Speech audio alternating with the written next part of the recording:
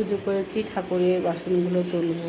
চলো দেখো আমি যাচ্ছি কেমনভাবে, এইভাবেই যাই আমি।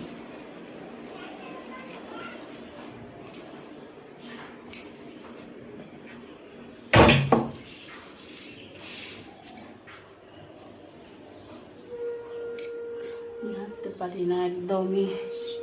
ঠাকুরের পুজো করেছি আমি, প্রসাদটা তুলতে আসলাম।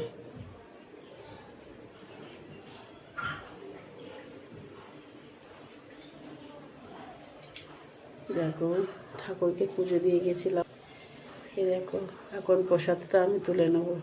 তাই তোমাদের সামনে একটু ছোট্ট ভিডিও তুলে ধরলাম কিভাবে আসলাম আমি। দয়াল তুমি সবাইকে ভালো রেখো কামনাই করি। এখান থেকে এতে আমি হাঁপিয়ে গেছি বন্ধুরা, সব কিছু এলোমেলো, কেননা দাঁড়াতে পারি না বলে।